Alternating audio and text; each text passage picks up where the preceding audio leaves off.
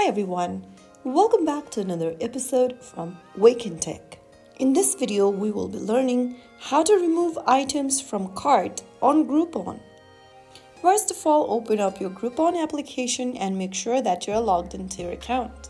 Now tap on the shopping cart icon at the top right corner of the screen. This will now take you to this checkout screen. In order to delete the item from your shopping cart, simply go ahead and tap on the quantity option right underneath the item and then tap on the trash can icon for the product you'd like to delete.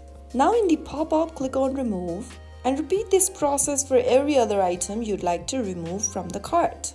And soon after you do that, you will then be able to delete an item from your shopping cart immediately. If you found the video helpful, don't forget to like, share and subscribe the channel for more easy tutorials like this.